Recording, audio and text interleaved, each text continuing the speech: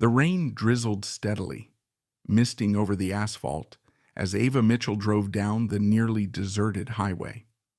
The glow of distant streetlights shimmered on the wet pavement, stretching long shadows in the darkness. The rhythmic wipers cut across the windshield, keeping time with the slow, soulful blues tune playing softly from her car speakers. She exhaled, her fingers tapping lightly against the steering wheel. It had been a long day, nearly 2 hours on the road, and she was eager to be home to sink into the warmth of a quiet evening. The air inside the car smelled faintly of coffee, the remnants of a gas station stop an hour earlier. Ava wasn't in uniform tonight. No medals pinned to her chest, no Air Force insignia stitched onto her sleeves. Just a simple black sweater, worn jeans, and hair loosely pulled back. She looked like anyone else on the Roe 4D. A woman heading home, minding her own business. Or so she thought. Then came the flashing lights. Red and blue strobes illuminated her rearview mirror, bouncing off the rain-slicked road behind her. A police cruiser, closing in fast. Her stomach clenched, not in fear, but in sheer exhaustion. She knew how this went. Ava sighed through her nose, signaled, and eased her car onto the shoulder. She shifted into park, took a slow, measured breath, and kept both hands where they could be seen. An old habit, drilled into her through years of military discipline. A state trooper stepped out of the vehicle behind her. He moved with the confidence of a man who expected obedience. His boots scuffed against wet pavement, one hand resting on his belt, the other gripping a flashlight. He took his time approaching, as if savoring the moment. Ava caught a glimpse of his face in the side mirror, mid-40s, square jaw, smug expression, the kind of cop who saw himself as untouchable. She already knew his type. "License and registration," he barked. No greeting, no explanation, just raw authority dripping from his tone. Ava didn't move right away. She met his gaze in the mirror, steady and unshaken. Then, with deliberate slowness, she reached into the glove compartment, retrieved her documents, and handed them over. "May I ask why I was pulled over, officer?" The trooper, Officer Randall Pierce, according to his badge, barely looked at her license before holding it, just out of her reach, his eyes scanning her car. "Headlights are flickering," he said flatly. Ava frowned. That didn't sound right. "They were working fine when I left the city," she said. Pierce's lips twitched into something that wasn't quite a smirk, but close. "Are you arguing with me?" A beat of silence passed. The air inside the car felt heavier. Ava knew this moment. That silent, unspoken shift where power met resistance, where one side expected the other to back down. She had seen it before, on military bases, in briefing rooms, in high-stakes negotiations overseas, and now right here on a dark highway in Georgia. Her pulse remained steady. "I'm not arguing," she said, voice calm but firm, "just clarifying." Pierce tilted his head, studying her for a moment, then shifted his weight slightly. "Step out of the car." Ava's fingers tightened around the steering wheel. The rain tapped against the windshield, a steady, quiet rhythm. "Mind telling me why?" she asked. Pierce smirked this time. "Because I said so." And just like that, the air shifted again, this time dangerously. Ava exhaled slowly. She glanced at the road ahead, few cars in sight, no real witnesses. Her instincts screamed at her, but she already knew this wasn't about a traffic stop. This was about something else, and it was just getting started. The rain had slowed to a light drizzle, but the tension between them thickened like a storm ready to break. Officer Randall Pierce didn't move immediately.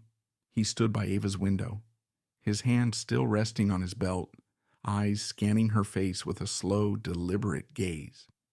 It wasn't just a routine glance, it was a calculated assessment, the way a predator sizes up its prey. Ava didn't flinch. She had faced men like him before, in war zones, in debriefing rooms, in places where power was wielded like a weapon. She had learned early on that fear was a currency, and some men thrived on it, but she wasn't buying. "Step out of the car," Pierce repeated, his tone hardening. Ava's fingers tapped against the steering wheel, just once. A habit, a subtle tell that her mind was already calculating. "Officer, I'm going to need a reason for that," she said evenly. Pierce smirked, leaning in closer, resting an elbow against the top of her car. His uniform creaked as he shifted his weight, his posture casual, but his eyes told a different story, one of unchecked arrogance and silent threat. "Lady," he drawled, "it's simple. You either step out or I make you." Ava exhaled slowly through her nose. There it was. She had seen this play out before, the moment where a man in uniform stopped following protocol and started testing boundaries. She flicked her gaze toward his badge, Randall Pierce, State Trooper, before returning her eyes to his face. "I don't have to step out unless you have probable cause," she said, her voice steady, controlled. "So unless you can explain why—" Pierce's smirk vanished. "You're resisting," he cut in sharply. Ava's jaw clenched. That word, resisting, the go-to excuse, the catch-all phrase officers like him used to escalate situations. She inhaled, forcing her pulse to remain steady. "I'm asking a question," she corrected, her voice level, measured. Pierce's hand twitched near his belt. "You know what?" he said, pushing off the car. "I don't have time for this. Step out. Now." Ava's fingers flexed. Every instinct screamed at her that this wasn't just a bad stop. It was about control, power. She had two choices: comply and fight. This later, or push back and risk escalation. She reached for the door handle, but the moment she cracked the door open, Pierce moved. Faster than she expected, he yanked the door wider and reached inside, his hand clamping around her wrist with rough force. Ava's muscles tensed. Reflex kicked in. She pivoted, just enough to shift her weight and slip free of his grip. Not violently, not aggressively, just smartly. Pierce took a step back, surprised. Then his face twisted into something ugly. "Turn around," he snapped, yanking the radio from his shoulder. "We got a non-compliant driver here." Ava's stomach turned. There it was, the lie. She had done nothing but ask questions, nothing but stand her ground, and now she was being labeled a threat. "Officer," she started, keeping her voice calm, "you don't want to do this."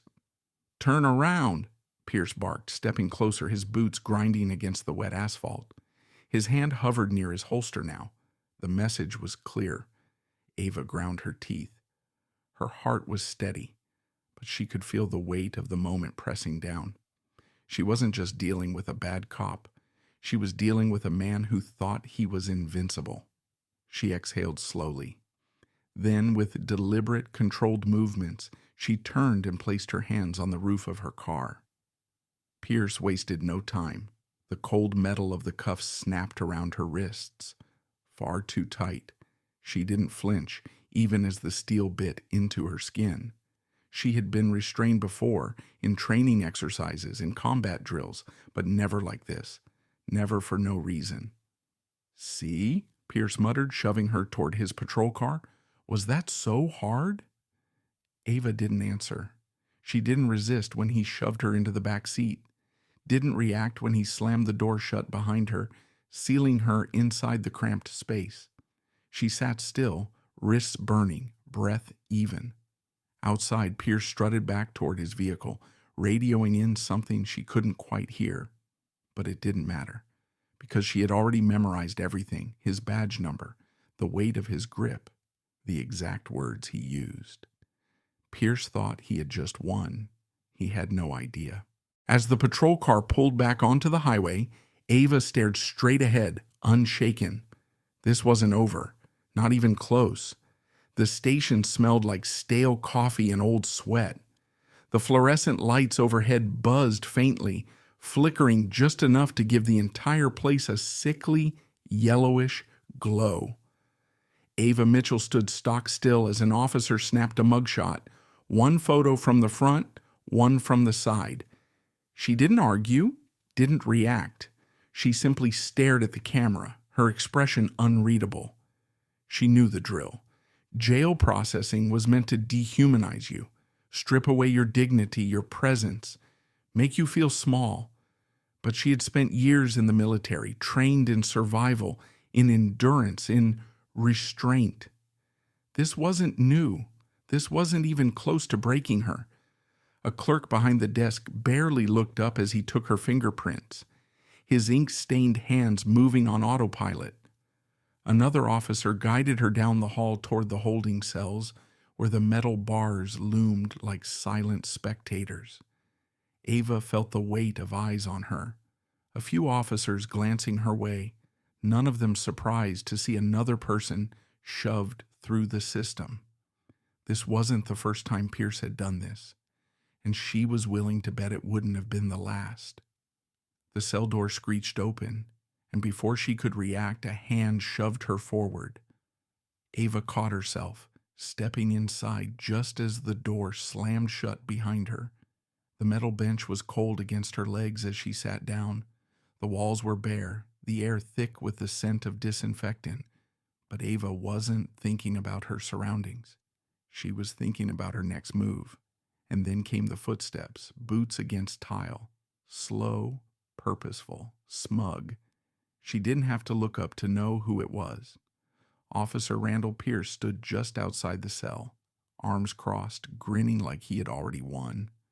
"You should have just listened, lady," he mused, tapping a lazy finger against the bars. "Now look where you are." Ava tilted her head slightly, finally meeting his gaze. She didn't blink, didn't frown, didn't show an ounce of frustration. Instead, she smirked. Just enough. Pierce's expression faltered for half a second, but she caught it, that tiny flicker of doubt. He recovered quickly, rolling his shoulders back. "Not so tough now, huh?" Ava leaned forward slightly, resting her elbows on her knees. "Tell me, officer," she said smoothly. "Is this how you always handle traffic stops, or am I just special?" Pierce chuckled, shaking his head. "Oh, you're special, all right." He stepped closer, lowering his voice. "See, I don't like when people challenge me, especially people like you." There it was. The thinly veiled arrogance, the entitlement. Ava simply held his gaze, unmoved. Pierce exhaled through his nose, tilting his head. "You think someone's coming to get you?" He glanced at the mostly empty precinct. "Hate to break it to you, but this ain't the movies. No one's riding in to save the day." Ava's smirk didn't waver. She didn't have to argue. She didn't have to explain. Because just then, the shift began. A hurried set of footsteps echoed down the hall. A younger officer, mid-20s, nervous energy practically radiating off him, rushed in, gripping a clipboard like it might save his life. "Sergeant," the officer hesitated, glancing briefly at Ava before stepping closer to Pierce. "What?" Pierce muttered, barely sparing him a glance. The younger officer shifted uncomfortably, clearing his throat. We just got a call from high up." Pierce's smirk twitched slightly. He waved a dismissive hand. "So? It's probably just the desk jockeys checking in." "No, sir," the younger officer cut in. It's someone important." Ava watched the moment happen. The exact moment when Pierce's confidence wavered. It was slight, just a subtle clench of his jaw, a tiny shift in his stance. But it was there. Ava leaned back against the cold wall, watching, waiting. Pierce exhaled sharply, straightening. "Who called?" The young officer swallowed. "Lawyer, and not just any lawyer." A beat of silence. Then the officer lowered his voice, glancing at Ava again. "She has military connections." Ava's smirk returned. Pierce's nostrils flared. "That's supposed to scare me?" He scoffed, but his voice wasn't as sharp anymore. Ava tilted her head, her gaze never leaving his. "You really should have checked who I was before pulling this stunt," she murmured. The words landed like a slow-moving wrecking ball. Pierce's fingers twitched at his sides. He was trying to play it cool, but Ava could see the doubt creeping in. because she wasn't just another person he could shove through the system. She was a retired Air Force captain with enough influence to make sure this didn't just go away. The power balance had just shifted, and for the first time, Pierce was realizing it. Morning light filtered through the courthouse windows, casting long shadows across the polished floors. The air inside was crisp, the kind of cold that seeped into your bones if you stood still too long. But Ava Mitchell wasn't standing still. She strode into the courtroom with quiet confidence, her posture straight, her chin lifted. Gone were the handcuffs, the holding cell, the damp chill of the police station. Now she was in her element. Her suit was sharp, a navy blazer, crisp white blouse, tailored slacks. But it wasn't just the clothes that made an impression. It was the way she carried herself, like someone who had faced far worse and come out the other side stronger. Eyes followed her as she made her way to the defendant's table. Lawyers whispered, reporters scribbled notes. The weight of attention pressed against her, but she was used to it. At the front of the courtroom, Justice Eleanor Harper settled into her seat. Late 50s, silver-streaked hair pulled into a tight bun, glasses perched on the bridge of her nose. She was known for being no-nonsense, impartial, and razor-sharp, and right now her eyes were fixed on Officer Randall Pierce. Ava didn't turn to look at him, not yet. But she didn't need to. She could feel the shift in the air. The same man who had smirked at her through the jail bars last night? He wasn't smirking anymore. Pierce sat stiffly at the plaintiff's table, his jaw tight, his fingers clenching the arms of his chair. His uniform was neatly pressed, but there was tension in his shoulders, a nervous energy radiating from him. He wasn't in control anymore, and he knew it. The prosecutor, a sharp-dressed man in his early 40s, Gregory Langston, rose to speak. He adjusted his tie, cleared his throat, and began. "Your Honor, the case before you is not just about a single wrongful arrest," he said, his voice carrying through the courtroom. "It's about a pattern of misconduct, about an officer who believed his badge gave him unlimited power." He turned toward the judge, then to the jury. "And we have proof." With a nod, he signaled toward a screen at the front of the room. The bailiff pressed play. Body cam footage flickered to life. The courtroom fell into dead silence as the video played. Ava didn't watch it. She didn't need to. She had lived it. But she could hear it. Pierce's voice, sharp and commanding. Her own, measured and calm. The unnecessary escalation. The grip on her wrist. The snap of the handcuffs. Then came the lie. "We got a non-compliant driver here." A murmur rippled through the courtroom. The footage showed what had really happened. No aggression, no resistance. Just a woman asking why she was being pulled over, and an officer who didn't like being questioned. Pierce shifted in his seat. Justice Harper leaned forward slightly, her fingers steepled beneath her chin. "Officer Pierce," she said, her tone measured, "explain to me again why Ms. Mitchell was arrested." Pierce cleared his throat, reaching for composure.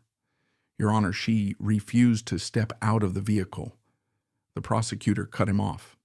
"Correction. She asked for a legal reason to step out, and instead of giving her one, you escalated the situation." Langston turned back to the screen. "Now, let's talk about patterns." Another document flashed onto the monitor, Pierce's arrest history. Over the past 3 years, Officer Pierce has made an unusually high number of traffic stops involving minority drivers, far beyond statistical averages for this district. Of these stops, a disproportionate number resulted in arrests for non-compliance, despite no clear evidence of wrongdoing. The murmurs in the courtroom grew louder. Ava allowed herself a slow breath. This wasn't just about her anymore.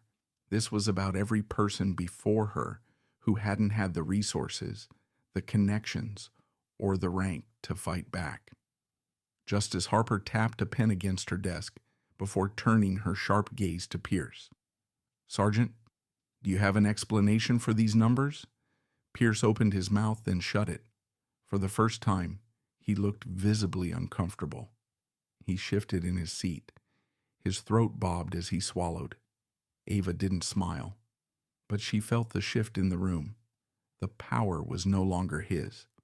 Your Honor, the prosecutor continued, we move to dismiss all charges against Ms. Mitchell on the grounds of an unlawful arrest. Furthermore, we urge an internal investigation into Officer Pierce's conduct. Justice Harper exhaled sharply through her nose. Frankly, I don't like what I'm seeing here. She adjusted her glasses, then looked directly at Pierce. Sergeant, the evidence presented today paints a disturbing picture of bias and abuse of authority. Given this, I find no legal basis for Ms. Mitchell's arrest. Her gaze flicked to Ava, then back to Pierce. The charges against Ms. Mitchell are hereby dismissed. The gavel came down, sharp and final. The courtroom erupted into murmurs. Some reporters immediately rushed toward the exit, likely to break the story. Others scribbled furiously in their notebooks. Ava let out a slow, measured breath. She never had a doubt. As the courtroom emptied, Ava stood, smoothing her jacket. She turned toward the door, then paused. Pierce was still sitting there, stiff, silent. His hands clenched so tightly that his knuckles were white. The arrogance? Gone? The smug confidence? Vanished? What was left was a man who had just realized his invincibility was a lie. Ava stepped closer, just enough that only he could hear her. Next time, she murmured, voice calm. Remember, you're not above the law. Then, without another word, she walked away. The cold air outside felt different now, lighter, because for the first time in a long time, justice had won. By the time Ava Mitchell stepped out of the courthouse, the world already knew what had happened. The moment the gavel struck, news alerts flooded social media. Headlines flashed across screens. Air Force veteran unlawfully arrested. Body cam footage exposes corrupt officer.